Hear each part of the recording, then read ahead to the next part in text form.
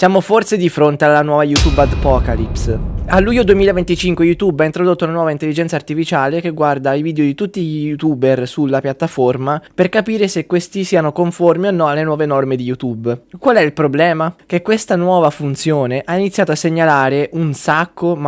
di canali senza motivo. Siamo arrivati ormai a quota 8 milioni da luglio e da questa storia nessuno si salva. Io sono stato segnalato a partire da ottobre 2025 e avrò la monetizzazione bloccata per altri mesi. Sono dietro con un avvocato per cercare di risolvere la situazione. Ho mandato delle lettere a YouTube dove praticamente gli spiegavo che cosa stava succedendo e sto aspettando la risposta, però da questa storia nessuno si salva. Vi do dei nomi che forse a tanti di voi potrebbero non dire niente, ma chi seguite gli dirà tanto. Gli YouTuber Yalk, Ian e Craft sono stati tutti e tre demonetizzati la notte della vigilia di Natale, proprio come se YouTube gli volesse fare un regalo di Natale col botto, e tutti con la stessa motivazione che ho anch'io: contenuti violenti che coinvolgono minori. Eppure loro facevano Roblox, non è che facevano robe strane. Infatti su Twitter al post di Craft YouTube ha risposto che stanno lavorando per risolvere questo problema. Qual è il fatto? Che stanno continuando a segnalare un sacco di canali. Carpi è stato segnalato e demonetizzato, io pure, altri YouTuber che non nomino per non violare la privacy perché non l'hanno ancora reso pubblico hanno demonetizzato, e da questa storia nessuno si salva. Non si salva la Roby, non si salva Sbreezer, non si salva Lorenzist, e se non ci muoviamo non si salva più nessuno qua, perché YouTube con questa nuova intelligenza artificiale sta demonetizzando tutti e non gliene frega niente. Finché hanno toccato me io pensavo di aver sbagliato qualcosa, magari di aver esagerato un po' con alcuni video delle cose, ma siccome stanno toccando tutti è diventata una questione di tutti. Ho deciso di parlarne in prima persona perché mi fa schifo il silenzio che c'è su sta piattaforma, perché finché le cose non toccano qualcuno di potente o qualcuno di grande non si muove nessuno, né a livello di piattaforma e né a livello proprio social. Finché non hanno toccato Craft mi è sempre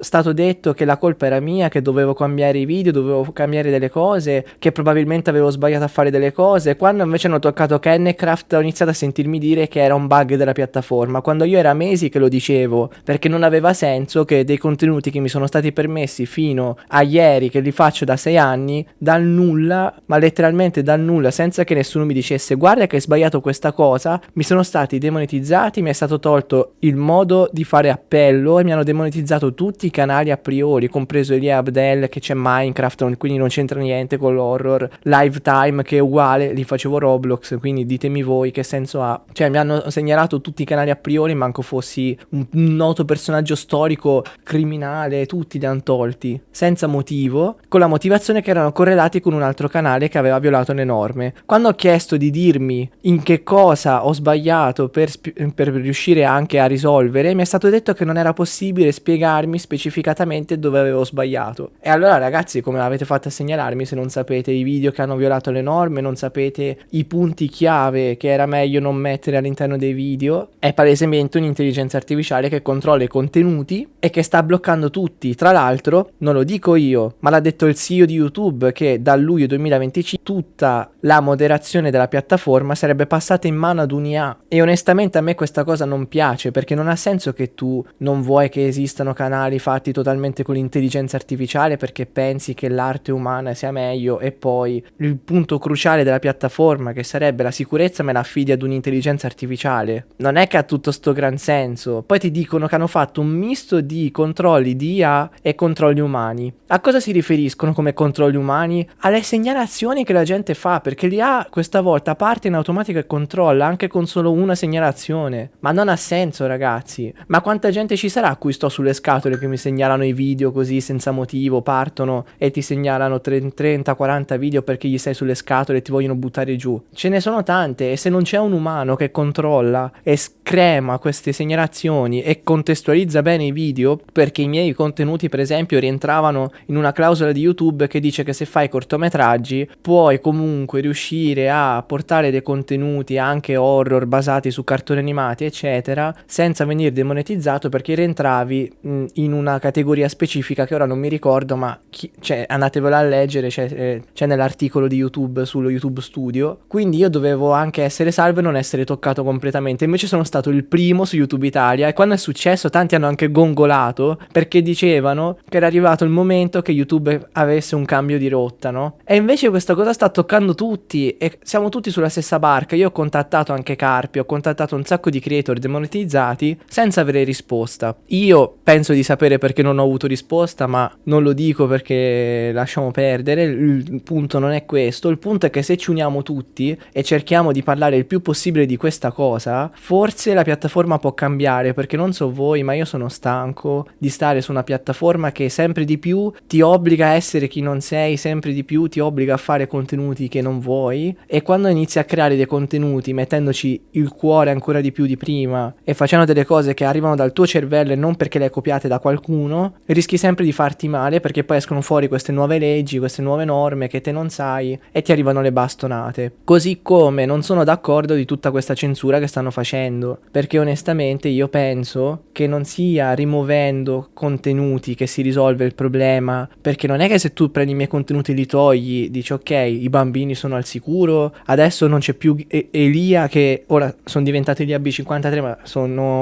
si chiamava Game Time il canale, non è che se ora non ci sono più io allora i bambini sono al sicuro, vai basta, non succede niente, che poi erano al sicuro uguale, però nel senso non è che non si spaventano più. Quello che andrebbe fatto è spiegare ai genitori, non alla piattaforma ma ai genitori proprio lo dovrebbero fare in primis, la piattaforma non se ne dovrebbe occupare di questo, i genitori dovrebbero abituare i loro figli a contestualizzare le cose, quindi spiegare che i miei video sono cortometraggi, spiegare che magari una parolaccia detta da un Favij di turno non va ripetuta per forza, ma è una cosa che lui dice perché è un modo suo di parlare, per contestualizzare bene le cose, perché quando ero piccolo e i miei genitori vedevano che io vedevo qualcosa che non dovevo vedere, non me lo toglievano, loro mi spiegavano che non era giusto per me vedere certe cose, mi aiutavano a contestualizzare le cose. Il problema è che oggi non si sa più fare questa cosa, la gente prende tutto nel calderone e via, la colpa è tua perché tu hai fatto il video dove hai spaventato mio figlio, la colpa è tua perché tu su Roblox hai fatto una battuta a sfondo magari non proprio è eticamente corretto e quindi ora mio figlio fa tutte le battute tue. Non è colpa mia che io invece mi lavo le mani e addosso la colpa totalmente a te e non spiego a mio figlio come contestualizzare le cose. Bisognerebbe cercare di insegnare alle persone a contestualizzare bene i contenuti che si trovano davanti sulle piattaforme, e questo secondo me ridurrebbe anche di molto per esempio le fake news, tutti quei contenuti spazzatura, perché una volta che li contestualizzi capisci anche subito il contesto dei video e riesci anche a scremare i video brutti da video belli. Detto questo, speriamo che YouTube faccia la sua parte, io continuerò a combattere perché mi riattivino la monetizzazione il prima possibile, perché lo devo a quel piccolo Elia che 10 anni fa si è aperto il canale, ha iniziato a fare i video all'età di 9 anni, si è privato di un sacco di cose pur di raggiungere il suo sogno che era diventare quello che è oggi, e che gli stanno togliendo, perché non è facile per uno youtuber, ma questo lo diranno anche i miei colleghi, trovarsi dall'oggi al domani con la piattaforma che tu hai sempre amato e su cui hai lavorato per anni e anni che ti dice guarda che da oggi non ti vogliamo più, hai finito di fare carriera qui sopra perché abbiamo deciso così dal nulla, quando fino a ieri ti abbiamo bacchettato che dovevi per forza fare quello, da oggi no, da oggi tu devi andartene via, e ti spaccano tutto davanti. Cioè è difficile anche perché per tanti diventa identità, cioè YouTube, il canale diventa proprio l'identità della persona, è difficile poi stabilire una differenza tra hanno tolto il mio canale YouTube e hanno distrutto la mia identità personale. Cioè questi sono danni, cara piattaforma, questi sono danni che stai facendo ai tuoi creator, non so per quale motivo li stai facendo, se vuoi sostituirci tutti con l'IA, se hai dei piani in mente qualcosa, ma svegliati perché stai facendo dei danni morali a un sacco di creator che non sono solo io. Ma immaginatevi un creator come Kennecraft che ha 20 milioni di iscritti, non ha agganci dentro la piattaforma e si ritrova dall'oggi al domani con la carriera distrutta perché c'è stato un bug della piattaforma e ci vorranno mesi se non anni per recuperare tutto il casino che gli hanno creato. Non è facile da gestire. Io penso che dietro le quinte ci siano tanti in Italia che stanno affrontando questo problema, chi più chi meno, e non ne parlano perché hanno paura di tediare la community. Invece sarebbe il caso di scuoterla la community, perché qua si rischia veramente di sparire tutti. Detto questo, se siete dei miei colleghi, per favore parlate oppure mettetevi in guardia. In descrizione vi lascio anche il nome dello studio legale che mi sta seguendo, così se avete bisogno di consulenze sapete a chi rivolgervi. Non è una sponsorizzata, lo sto facendo io personalmente, quindi cara agenzia delle entrate, tranquilla che non mi ha pagato nessuno, anzi sono io che sto pagando loro per seguirmi nel caso, però li voglio lasciare in descrizione perché io personalmente mi sono trovato molto in difficoltà da solo all'inizio e penso che tanti abbiano bisogno di una spinta per riuscire a contattare YouTube il prima possibile. Non credo che eventuali network o agenzie si muovano per aiutare i creator, penso che debbano essere loro ad andare di loro sponte da qualcuno come avvocati, e il problema è che in Italia non ce ne sono che sono avvezzi su questo tema, ce ne sono pochissimi, e quindi io vi consiglio questo studio legale qui perché hanno un sacco di avvocati bravissimi su questo tema e sono tra i pochi in Italia. Detto questo, ci vediamo presto e ricordatevi che la situazione è grave e che non è chiudendo questo video e facendo finta di niente, cari colleghi, che si risolve la situazione, anzi potrebbe toccare a voi domani, e poi però non andate a piangere, quindi mi raccomando muovetevi prima che sia tardi e che tocchi anche a voi.